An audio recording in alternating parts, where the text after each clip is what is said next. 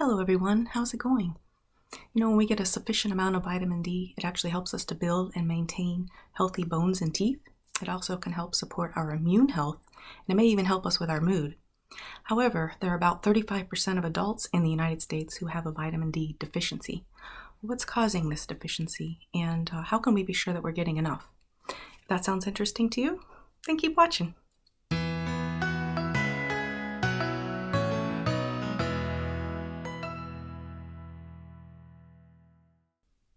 Well, you may be wondering how enough vitamin D can help us to have healthy bones.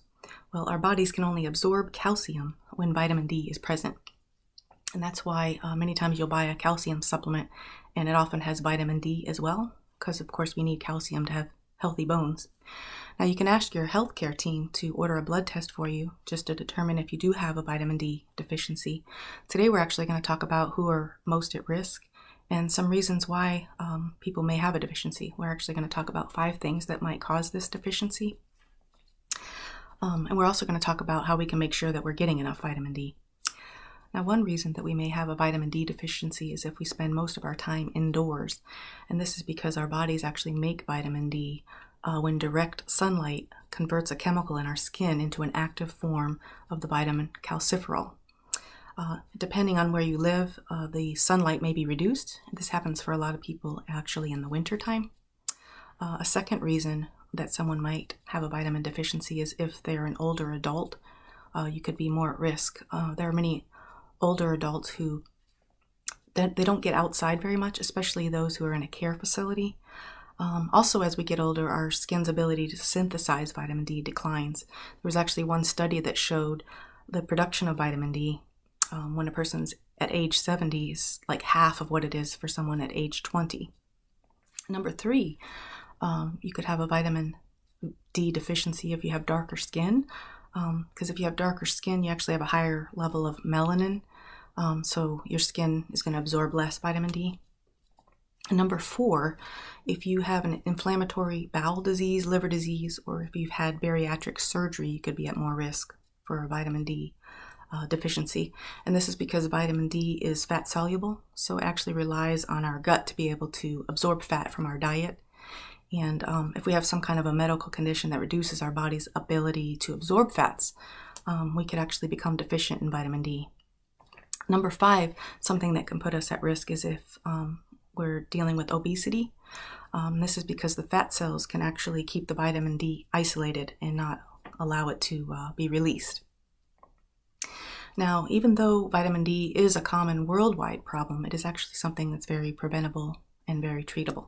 Before we go into how we can find out or how we can make sure we're getting enough vitamin D, I'd like to remind you to please like and subscribe if you're enjoying today's video. Also, always check out the links below in the description box if you'd like to read more information on this topic. Now, there are very few foods that naturally contain vitamin D, which is why we have so many foods that are fortified, such as milk, cereal, yogurt. Now, a couple of foods that naturally contain vitamin D would be fatty fish like salmon and also egg yolks. But most people don't get enough vitamin D from their food, so they usually make it up with their exposure to sunlight. The best way to boost our vitamin D levels is by our exposure to sunlight. For most people, 10 to 30 minutes a day, several times a week is usually sufficient. If you have darker skin, you may need to spend a little bit more time in the sun. But if for some reason you're not able to be exposed to the sun very often, you could talk to your doctor about taking a vitamin D supplement. For most people, the recommended daily allowance is safe for them, which is 15 micrograms or 600 IU for those who are ages 18 to 70. If you're over 70, it's recommended to take 20 micrograms or 800 IU of vitamin D per day. But you always want to talk to your healthcare team, especially if you have medical conditions and or you're taking medications, because you always want to find out about drug interactions. If you check out the link below, there's an article from the Mayo Clinic. It actually listed several medications that might be affected if someone takes too high a level of vitamin D.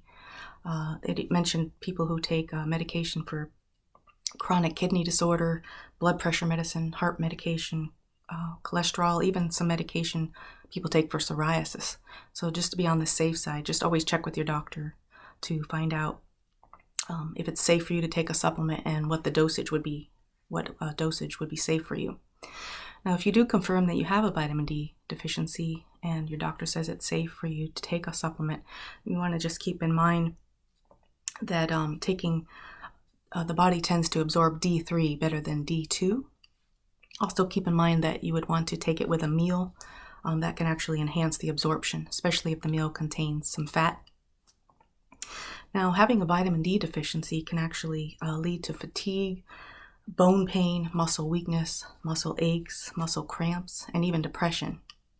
But if we're getting a sufficient amount of vitamin D, it actually can protect us against many harmful conditions. And the research is ongoing, but they're finding more and more the benefits of having a sufficient amount of vitamin D. Well, I hope you've enjoyed today's information, and I hope to see you in the next video where we'll discuss another way we can improve our health.